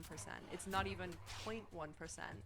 It's 0.081%, which is abysmal. And so all these people that went over and subscribed to their Kick or followed on their Kick, they were basically entering a competition to win a Tesla. But Austin and Catherine actually themselves revealed that they have violated the giveaway and lottery rules, and that they didn't pick from the winners from these people who did the things that they laid out. They ended up having these 2 people go through and basically pick a real Ace family member, and it was someone who ended up purchasing their merch. Real quick, we're gonna talk about a little Tesla giveaway real quick. We literally had like 2 other guys along with us looking for somebody who was really a part of the Ace family. Right? So it's not How hard random. these giveaways, sometimes like we get really frustrated because we don't really know if the person is like a part of the Ace family. We don't know if someone just comes on, don't really know us, and seeing us for the first time and watching the stream, right? But in this particular person, our team actually did like their homework and research on this person. This person was one of the very first people to ever buy Ace family merch. Yo, it's Fucking wedging. They are not allowed to do that. There are really strict guidelines when it comes to giveaways and lotteries and all of those things, and you have to follow the rules. So I don't know whether there'll be any consequences from this, because they are just so blatant about it, and they also basically told on themselves. First of all, we don't even know who this person is, and in my opinion, I'm guessing it's probably just like some of the other giveaways they've done where we never ever know who it was, or it was some fake person that they know. That's not what the rules said. That's not how a sweepstakes work, and basically that's fraud. First of all, that's the number one thing that I'm going to allege they've done, is that they've defrauded all of the people who in good faith entered that sweepstakes. By not following the official rules, they have most likely violated the law with regard to sweepstakes. So why does the Ace family, who are not streamers, want to stream on Kick, and why does Kick want a family channel to stream on their platform? Well, the answer is what actually the answer is to a lot of why did someone do this. money. The Ace family are absolutely desperate to source income right now because they, as I've just explained, their views are terrible at the moment and they're not making a fraction of what they used to. And they've also been embroiled in over a dozen lawsuits which have cost them exorbitant amounts of money, and some of which have resulted in them paying out large sums, which we'll discuss a little bit later in the video. But the Ace family, they need money, and Kick needs people that they can push towards the real moneymaker, which is stake.com. So basically how this all works is that Kick is a new streaming platform that is owned by the people who own stake.com. And Kick was pretty much born out of Twitch banning gambling on its site because streamers were previously streaming slot games and other gambling, and Twitch finally put their foot down and said, no, we're not going to do that. And now a huge amount of the world's biggest streamers have migrated over to Kick because they can stream gambling there. And these gambling companies, especially ones like Stake, are paying these streamers tens of millions of dollars to go and bring their audience over to Kick, because Kick wants all of those young audience members that are watching all of these Twitch streamers and watching people like the Ace family. They want those people exposed, or those kids and teenagers exposed to gambling, so that they will then go and use Stake. And in one of my recent videos, I did a whole section on gambling and the gambling influencers and why Stake is so problematic, because Stake and PokerStars, which is where I used to work, and other sites like them, they're not the same, because Stake is unregulated. PokerStars, Bet365, William Hill, DraftKings, all these regulated sites have to abide by all of these rules, and they have to test their games, and they can only be set up in certain ways. But Stake are a law unto themselves. They can do whatever they want. And when you have young people, young kids, teenagers being exposed to gambling, they are so much more likely to develop issues with it in the future. The Ace family and people like them are just setting their viewers up for failure. Exposing kids, teens, and young adults to gambling at such early ages is just going to set them up to potentially develop future problems when it comes to gambling. I would hazard a guess that Kick offered a certain amount of money to the McBrooms based on the percentage or the amount of their audience that they could bring over to Kick. But the Ace family, even though they have 18.5 million subscribers, they only could bring over 15,000 to Kick. That's only 0.081% of their audience, a pretty abysmal figure. So their Kick site has recently been kind of scrubbed. It doesn't look like they're going to be streaming, despite they were saying they were going to stream.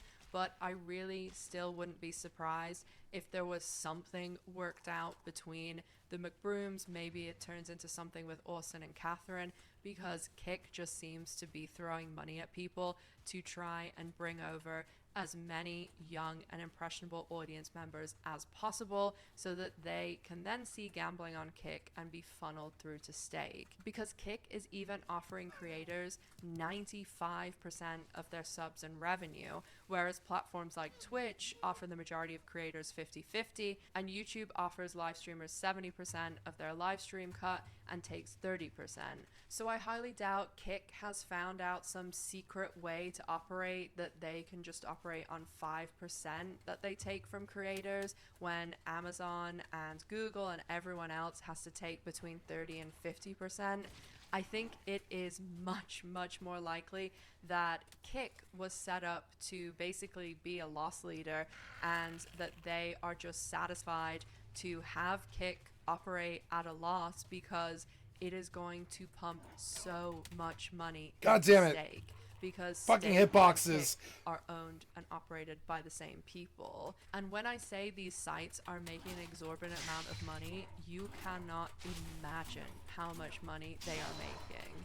The regulated sites are making an absolute fortune every single day. The number is just unimaginable, trust me. And I can't even think about how much money people like Stake are making, because they do not have to follow any of the rules, any of the guidelines, and they could literally be rigging every single game because they're allowed to do whatever I'm they out of want stam because for no they're reason. unregulated. Why would One of the sneaking most cost recent stam? lawsuits You the Ace fucking family's been idiots. embroiled in is over their product, Fucking Silly idiots. Juice. Sick of your Silly bullshit. Juice was made Bad for designers. children because, of course, Oh, that's please. the Ace Please. family's primary audience.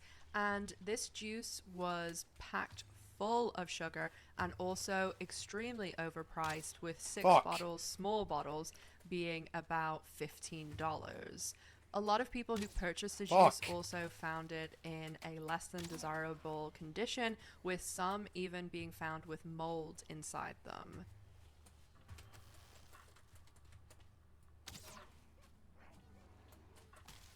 Ouch.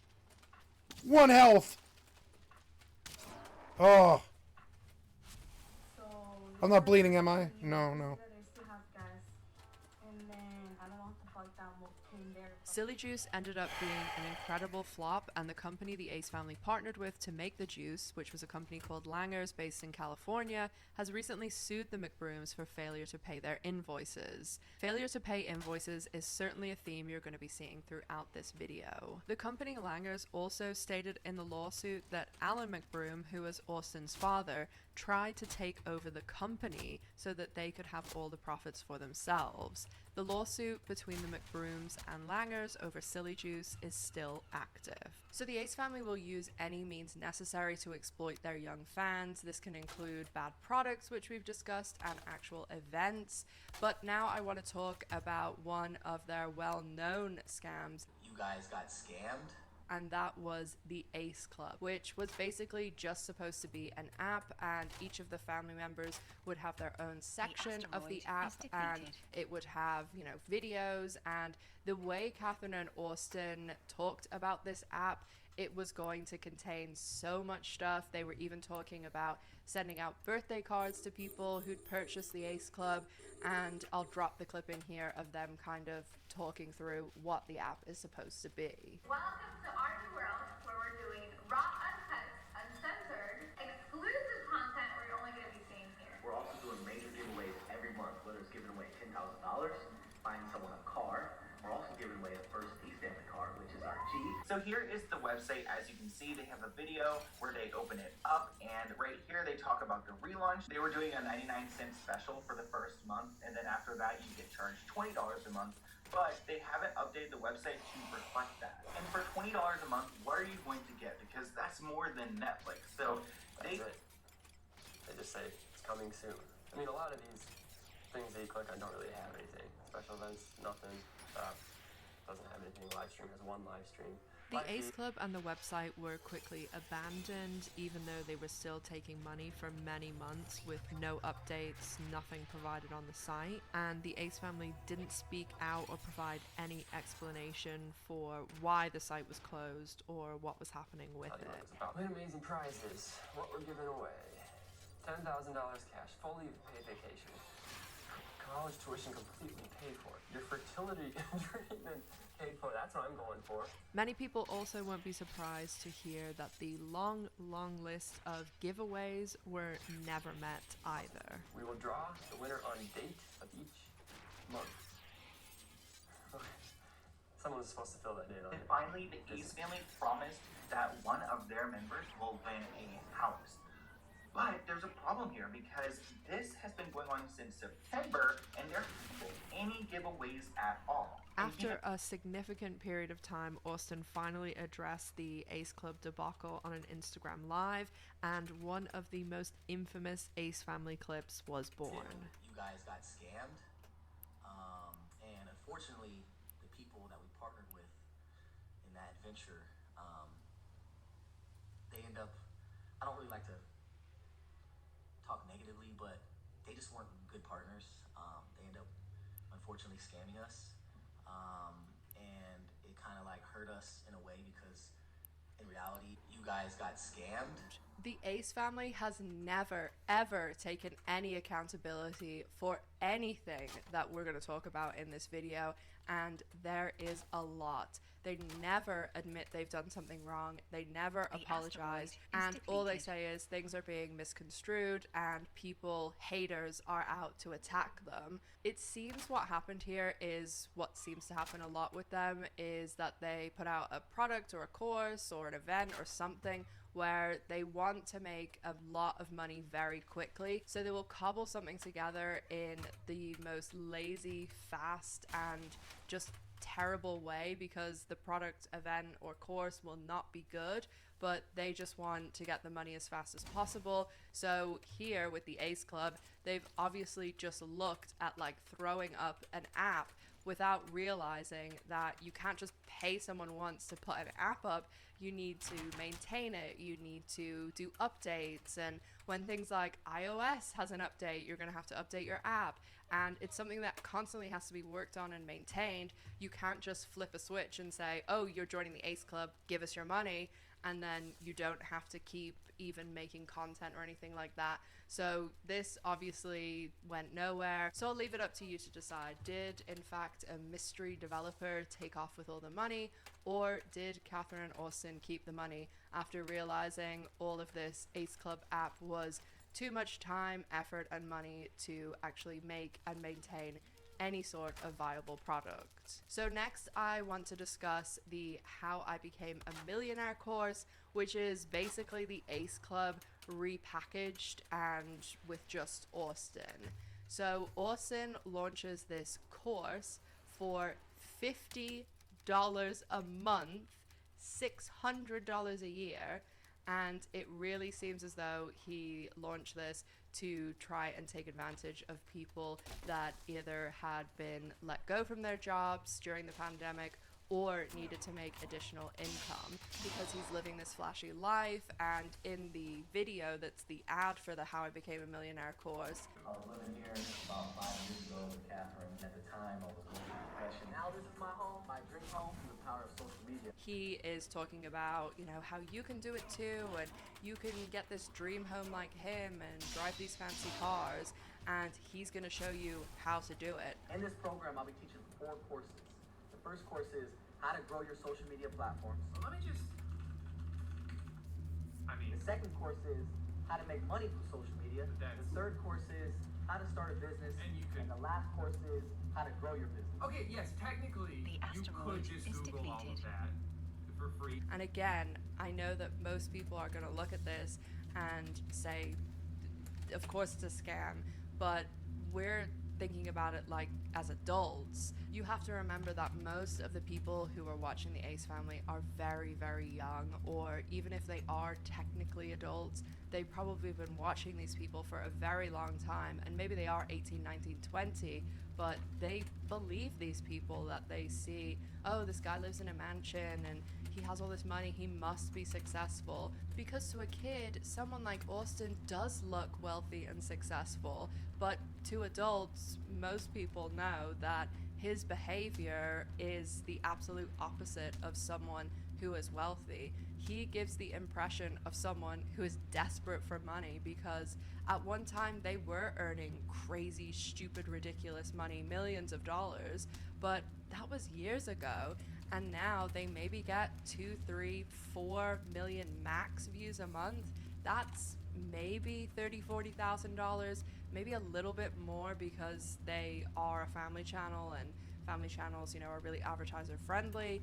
But I'm sure they have other areas where they're earning, but they are in a dozen lawsuits. They never pay invoices. Their house got foreclosed on. He's been shown to rent all those cars and he doesn't pay the invoice. They always and do. There's just so many other things you can point to and say, this is the behavior of someone who is desperate for money and wants to give the impression that they're still wealthy. I wouldn't take one piece of advice from this guy about how to become a millionaire, but of course some people did sign up for it because, you know, a lot of them are younger. A lot of the people that I'm going to show in the clips, you'll see they're young kids that have obviously signed up for the course thinking, oh, I'm going to learn something from the successful guy.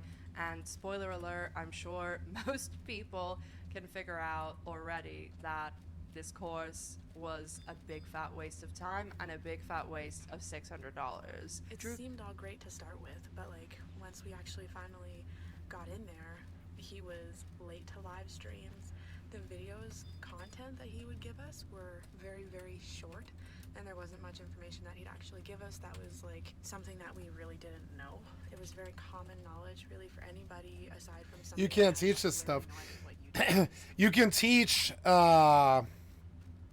like how to show up and present an image and how to do the production and all the production techniques, but you can't teach X Factor, you can't teach interest, you can't teach like being unique or having a personality or charisma or any of that stuff. You can't teach it. And the videos were usually at least a day late, or actually a lot of the times the live streams that he would host, he never even showed. He no-showed. Drew Gooden actually did a great video on this, and he actually tried to join the How I Became a Millionaire course, but the way that it was set up, I think, to stop people like Drew and Curtis and Cody joining the course, because Austin obviously didn't want to be called out the way he constantly is for his petty behavior and all his scams. So based on Drew's video, it seems as though the initial people that joined, nobody else has been able to join since that first enrollment period, because there were other enrollment periods, but Drew said he literally sat there and watched the clock. There was like a clock to say, oh, you know, in one day the enrollment period's going to open, and he said the clock just reset, so he didn't end up joining. Alright, let's check out the site though. HIBM, How I Became a Millionaire. The program will open back up in 50 days. Okay, so it looks like that video will be a little postponed, boys. How I Became a Millionaire, the secret to social media. Courses, how to grow your social media platforms, how to make money from social media, how to start a business, how to grow your business. Everything about this is screaming cash grab to me. So what is it, like 48 videos a year, essentially, but you have to pay $50 a month for that. So you're gonna be paying $600 for 48 videos. And you have no idea what these 48 videos actually entail. At that point, buy 30 great business books. I really can't see the value here. But the people who did join, the course was supposed to provide them with all these materials. They were supposed to have live streams. They were supposed to be able to, you know, ask questions and do all these worksheets and get help. And everything in this course, it just sounds like nothing really happened. A lot of people said, you know, they didn't even turn up sometimes. It was always late. They were always rushing through stuff. Like, they just felt like they got nothing from the course. And pretty much everything on the course was just something they could have found on Google for free. So it's probably safe to assume that they're not keeping up with the $600 a year program that they made. Since I couldn't join the program, the only recent updates I could find were in a video by a YouTuber named Sloan, and he actually had screenshots from some of his subscribers who did sign up for the program. Lots of not so surprising details here, like the information is not even remotely valuable, the videos seem rushed, none of the live streams were ever done on time, which messed up people's schedules because they would make their plans around it. But it gets worse. Not a single active user on here has ever had a FaceTime call. Yeah, I'm sure they kept up with that. I just don't know how they have the audacity to sit and claim that they want to give back, they want to help people, they want to, you know, teach other people and help them really live their dreams. No. And then they turn around and charge people $50 a month. That's more than Netflix, Disney Plus, Apple, Hulu, like all together.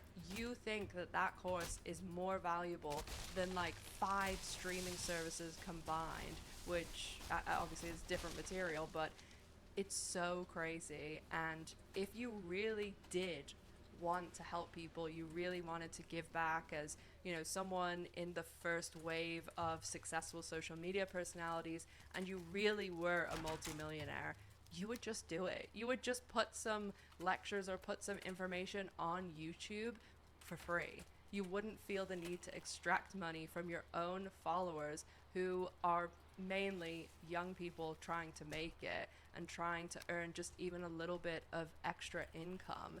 And I feel like you really do want to help people. you've said this since day one, back when we started YouTube. We're like, why is there like a manual? Like, why isn't there someone talking about all this stuff? Like, why do we have to learn this on our own by accident? Like, why is this happening to us? And I feel like this now, you doing this, you didn't have to do this. That's what's crazy. It's not about the money. It's not about the memberships. It's about you truly like wanting to do this. Why is the course $50 a month then? This doesn't make sense whatsoever. It's not about the money, but it's $50 a month. And Oh my- something that just even more was like a twist of the knife with this course was the fact that in the user agreement, it basically said that whatever these kids made, like videos or Photoshop something, anything at all, they owned it. Like the McBrooms and the How I Became a Millionaire course, they could take it and just copy it exactly. They could, do their own version of it. They could just take anything and make it their own. They didn't have to give credit. They didn't have to pay them nothing. So not only were they taking their money, but they were potentially going to take their ideas and profit off them. Catherine McBroom partnered with a company called TBL Cosmetics to create a skincare line called 1212 Gateway. McBroom was supposed to just be the face of the company, and like the majority of the Ace family's dealings, this partnership resulted in a lawsuit. But actually not one lawsuit, 2 lawsuits. This included Catherine being accused of theft and attempting a hostile takeover. Yes, a second attempted hostile takeover, just like with Silly Juice. TBL Cosmetics was supposed to handle everything to do with 1212 Gateway. The production. Oh, woe is me, stream. I wish my anger wasn't so bad, and I wish that I hadn't dealt with 27 years of wedging, so that my tolerance of it wasn't 0. And I wish I didn't fly off the handle and scream like that. I'm sorry. I get so angry I want to burn the whole fucking world. I get wedged like that. After 27 years of it. And I'm so sorry. It's obviously brain damage. I have some kind of brain damage, and it's, manifesting. Ordering, shipping, website, and Catherine was supposed to only be the face of the brand. Catherine's sitting here promoting a skincare line, but she's had a lot of procedures and plastic surgery. Lori Hill did an amazing video breaking down what it costs to be Catherine McBroom and what Lori Hill thinks Catherine McBroom has had done. And when you see someone who looks the way she does, it's a very influencer look. A lot of young girls and young women sit here thinking, oh my God, like how come I can't look like her? And if I buy that skincare, am I finally going to be able to get that? And the answer is no. And that's why it's important to see these things happening behind the scenes. When Catherine saw how successful the brand was, she wanted that success for herself. She wasn't satisfied with the fortune she was earning and wanted more. Another pattern you'll see with the McBrooms. So Catherine decided to try and take over 1212 Gateway herself. At some point, she was able to learn the password for the website and the social medias, and she ended up changing all of the website and social media passwords so that only she knew it, meaning that no one in the company could do anything, including taking orders, shipping orders out, taking payments, or seeing anything at all on any of the website or the social medias. There was huge potential with 1212 Gateway, as they actually ended up selling over $1 million of inventory within the first 30 minutes of its release. What? TBL had claimed that Catherine had tried to kick them out of the company and that Catherine was too incompetent to run the company herself. In court documents, TBL explained that they sought a relationship with Catherine to capitalize on her internet notoriety. The company acknowledged 1212 had done quite well, but they argued that they could have done even better if Catherine wasn't causing issues and in the way. TBL claimed they've attempted over months to get the information and passwords from McBroom, but she ignored them and gave them the runaround every time. She was supposed to be promoting the brand constantly, doing things like interviews, social media posts, videos, but she didn't do any of it. So as we mentioned, TBL claims Catherine had somehow got access to all the account information, all the website, social media, and all of the messing around that she did caused the website to crash multiple times, which caused a huge loss of customer sales as they couldn't get it back online. TBL claims that 1212 was on track to make $23.6 million in 2021, and all previous months there was a growth of over 7%, but when Catherine took over, the growth dropped to less than negative 20%, and instead of 23.6 million, the company only earned 7.1 million, a loss of $16.5 million. But there's also another lawsuit associated with 1212 Gateway, as the company 360 Sourcing Group, who dealt with all the manufacturing, packaging, written materials, bottles, and containers, they of course have claimed they have not been paid. If you know me, you know that I pay my rent bills. Like, for people to say 1212 and 360 did come to an agreement, and McBroom has agreed to pay over $763,000, which actually ended up being more than they originally were supposed to pay because, of course, the interest. If you ask most people what they know about the Ace family, some of the first things they would probably mention is the scams and also the cheating rumors. This section is of course entirely speculation, as obviously none of us really knows what goes on in Catherine and Austin's relationship. There have been many women over the years speak out about either they themselves being involved with Austin or being aware of friends or other people they knew that were sleeping with Austin. The host of Call Her Daddy has spoken out about Austin apparently sleeping with one of her friends. What I do know for a fact is one of my friends has literally the ace guy, and he cheats on that woman all the time. And I'm pretty sure she probably gets DMs about it all the time. And the wife is obviously making a decision to like stay with the husband. That's her call. Many other women have popped up on social media over the years claiming they've slept with Austin. A lot of the time that these claims pop up, they quickly disappear, and many people have also discussed that Austin makes women sign NDAs, so this is how a lot of it is kept under wraps. There really has never been absolute on-record confirmed cheating that we've seen with pictures and black and white evidence, and the paparazzi constantly ask both Catherine and Austin about these cheating rumors, but both of them just ignore the question and act like they didn't hear it. Every month there's cheating rumors about you going on. You never address it. Is there a reason why?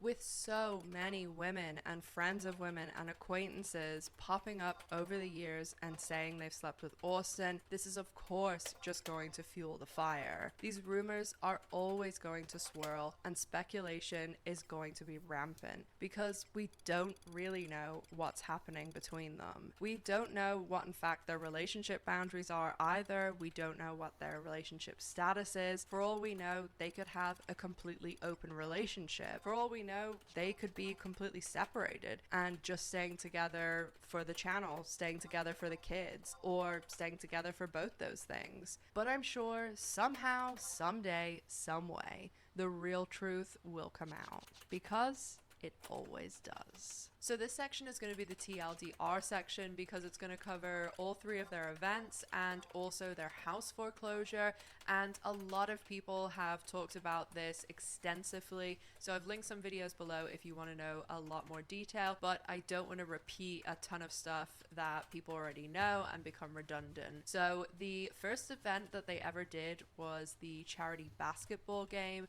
and there basically were two teams, one that Austin captained and one that Ricegum captained, and they both were filled with rich YouTubers and rich minor celebrities. So the event was very successful. They sold out of all the tickets. They were selling, $60 jerseys and tons of other merch, and it seemed as though most people had a good time. The controversy came at the end of the event and after, whenever they brought out the comically large check, and instead of 100k being on the check, it was in fact 75k. So where did this 25k go? A lot of commentary channels were very interested in where this 25k went, justifiably so, and they began looking into exactly how much was made from the event. Don't sit up here and label your event that you had and promoted, and a whole bunch of other creators who were involved promoted and label it charity. $51,000 plus $32,000 plus $460,000.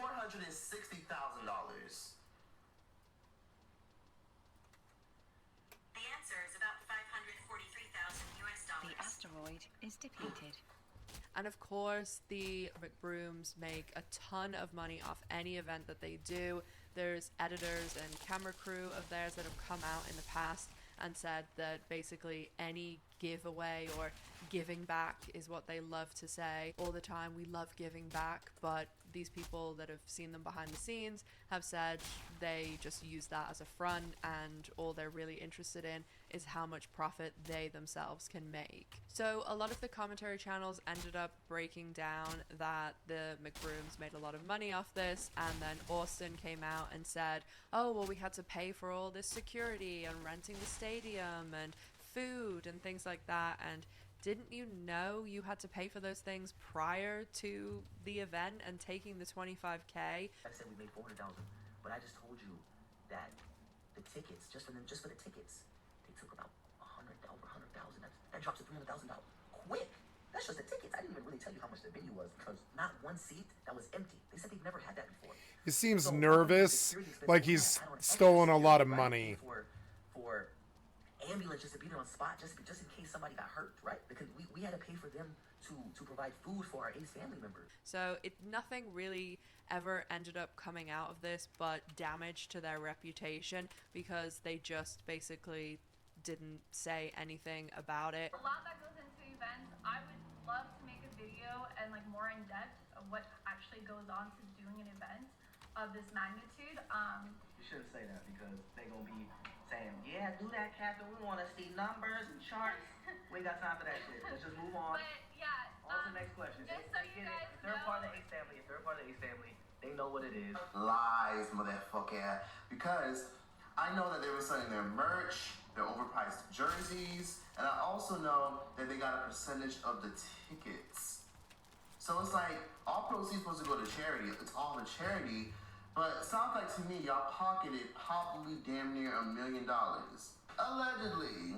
And then people moved on to their next controversy. But I mean, anybody in their position who was a millionaire and they're already profiting enormously, why would you take the 25K from the charity? Like, you should have taken the 25K from your own profits, or even in, you know, some crazy scenario where, say, everything was going to charity, which is absolutely not the case. They made a fortune off this.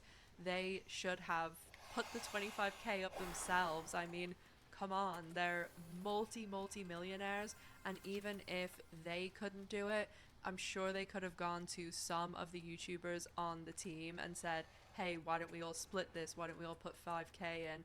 I mean, it's just so embarrassing that they're all so unwilling to put 25K in when, yeah, to normal people, 25K is a ton of money, but to these people, it's absolutely nothing.